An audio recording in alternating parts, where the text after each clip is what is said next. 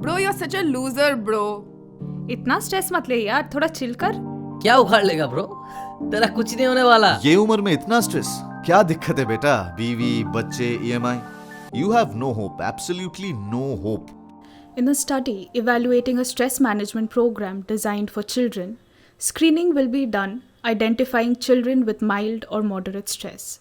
There is a possible risk of stigmatization if only children identified with stress are enrolled. So, the doctor is addressing the school management committee about this issue. He has suggested that randomization of children into intervention or control group should be carried out at the level of class rather than an individual student, which would protect them from getting identified or stigmatized. Honorable members of the school board, from my personal experience, I can assure you that the eligibility criteria for identifying children with mild to moderate stress will make them susceptible to stigma and bullying. Therefore, research will not be carried out exclusively on children with stress, but the entire class will be involved to avoid stigmatization.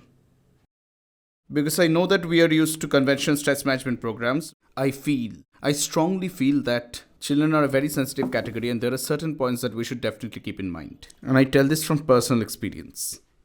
Children these days do so many things. Painting, singing, multimedia, recitation. But all you do is just eat and sleep. We hang our heads in shame because of you.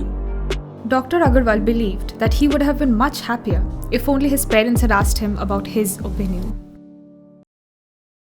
Because trust me, since this study will provide for stress management program, parents will rush to sign up their children for it. So we must ensure that the autonomy of the children are preserved. Dr. Agarwal went on to explain that in addition to consent from parents, the researcher has to take the assent which should be prepared in simple language. Verbal or oral assent should be obtained from children of 7 to 12 years of age, and for 12 to 18 years, written assent must be obtained. Like assent, the dissent should also be equally respected. Because after all, it's our ethical duty. Thank you. After all, Dr. Agarwal knows as children grow, their mental faculties develop and they are able to understand and respond.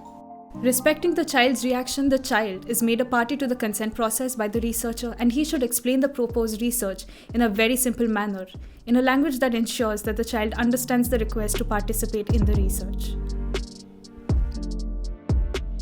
For carrying out a research in children, permission from school authorities, consent from parents, and assent from children has to be obtained.